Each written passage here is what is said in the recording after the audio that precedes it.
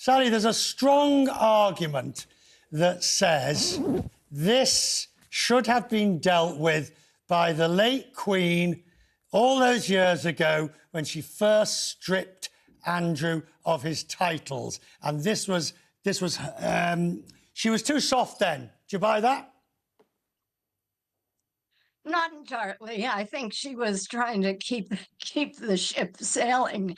And there's so much more that we have learned. I think probably she was taking Andrew at his word when he said, for example, that he got everything off with Jeffrey Epstein in December 2010.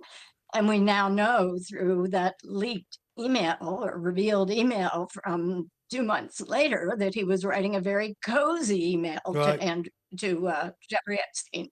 So, I think there have been many more things that have sort of tumbled out in recent months. And I think it's easy to pass it off to the Queen, but I Right. think they have, they really probably should have done something within the last year. But everything kind of converged this month.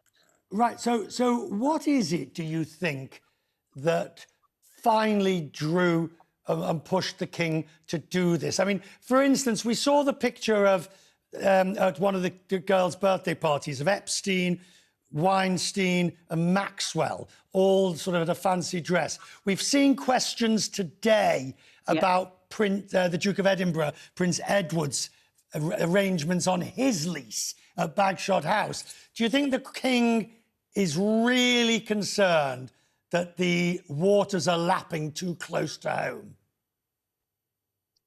Well, I do think so, because there have been a number of pieces over the last year that have raised questions about the financing of the royal family. And I think, they need to they need to stanch the wound right now. Right.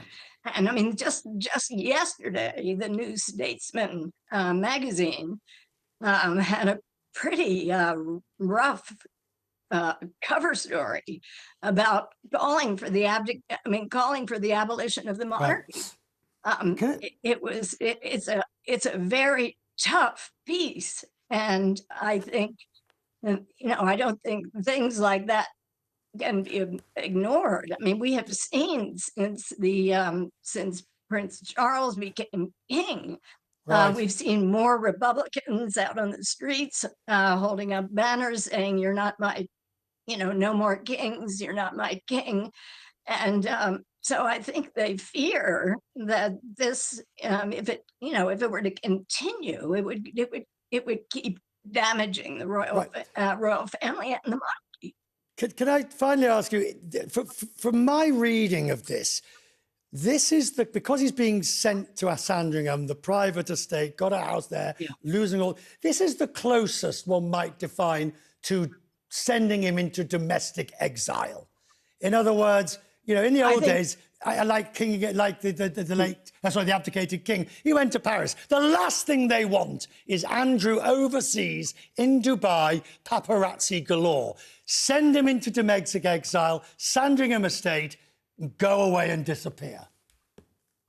I think that's a very good analysis, Richard. I think, excuse me, I think that he will be contained.